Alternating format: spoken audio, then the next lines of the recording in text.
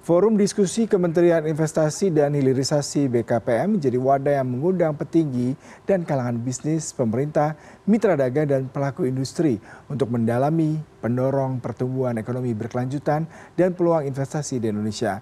Tahun ini, Forum Diskusi Kementerian Investasi dan Hilirisasi BKPM mengangkat tema strategi investasi membangun ekonomi berkelanjutan. Dan untuk mengetahui apa saja poin penting yang disampaikan dalam forum ini, sudah ada korespondensi Indonesia Roni Satria. Selamat pagi Roni.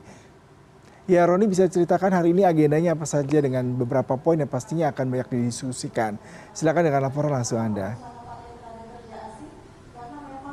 Ya, selamat pagi Yuda. Betul sekali tadi Anda juga sudah menyebutkan terkait dengan apa forum diskusi yang dilakukan, temanya, kemudian dan kalau saya mungkin bisa lebih detail lagi bahwa tadi sudah dimulai pada pukul 9.30 waktu Indonesia Barat dan dibuka oleh Wakil Menteri Investasi dan Hilirisasi atau Wakil Kepala BKPM yaitu Bapak Todo Tua Pasaribu. Tadi juga menyampaikan, saya akan ulas sedikit apa dalam keynote speaker-nya, tetapi saya hold dulu karena yang menarik adalah di sini ada narasumber lain tentunya. Betul bahwa nanti ini menjadi forum diskusi yang akan membahas tentang bagaimana strategi terkait investasi membangun ekonomi berkelanjutan. Sustainability ini yang menjadi kunci dalam diskusi hari ini. Kalau mungkin yang saat ini juga sedang berlangsung hingga diskusi yang dilakukan dan bisa disaksikan juga di YouTube CNN Indonesia yang nantinya bagi Anda yang juga tertarik untuk mengetahui apa sih yang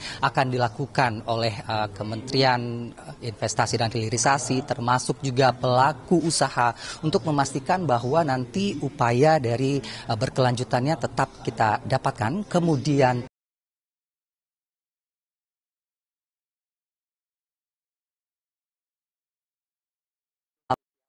triliun rupiah untuk dalam kurun waktu 5 tahun ke depan dari 2025 hingga 2029. Angka fantastis bisa kita katakan termasuk ambisius, tetapi tadi dalam keynote speaker disampaikan oleh Wamen bisa dikatakan cukup realistis. Mengapa? Karena ada strategi-strategi yang akan digunakan ataupun dilakukan, diimplementasikan oleh pemerintah.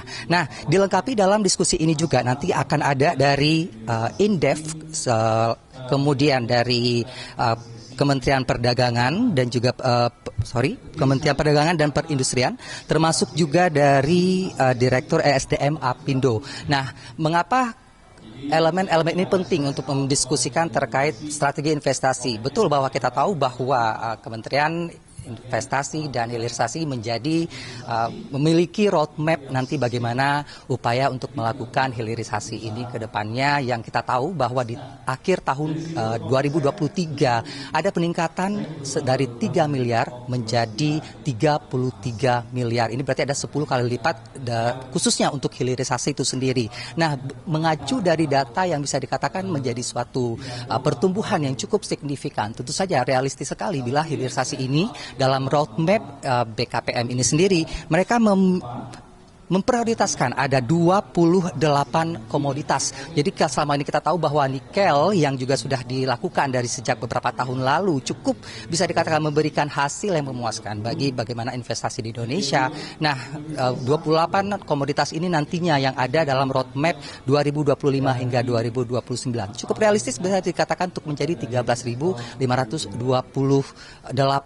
triliun. Tetapi nantinya akan dibagi dalam beberapa term, Yuda, di mana kalau untuk pertamanya di hingga tahun 2027 saja ada harapan untuk bisa mencapai hanya di sekitar 1.200 saja. Tetapi kalau kita lihat dari apa yang sudah dilakukan untuk bagaimana menarik investor dari luar pun untuk nantinya melakukan investasi di dalam negeri terkait dengan bagaimana upaya hilirisasi ini, termasuk juga nanti melibatkan UMKM, karena nantinya ketika produk-produk yang diciptakan hingga ke produk akhir ini bisa menjadi cara bagaimana Indonesia semakin meningkatkan pertumbuhan. Nah, ngomong pertumbuhan yang ditargetkan adalah di 8%. Angka tadi jika kita dalam diskusi juga sempat dibuka sedikit gambaran bagaimana dulu Indonesia juga memiliki cita-cita untuk memiliki angka pertumbuhan sebesar 7%, tetapi angka 8% ini bisa dikatakan ambisius, tetapi bila dilakukan dengan kolaborasi berbagai pihak termasuk dari investasi, Kementerian Investasi dan Hilirisasi, kemudian dari pengusaha, stakeholder lainnya, termasuk juga dari mereka-mereka yang memiliki investor luar yang juga berminat untuk melakukan investasi, khususnya di hilirisasi di Indonesia. Tentunya ini bukan tidak mungkin bisa diwujudkan. Kembali ke Anda, Yuda. Baik, Roni Satria, terima kasih untuk laporan langsung Anda. Selamat bertugas kembali.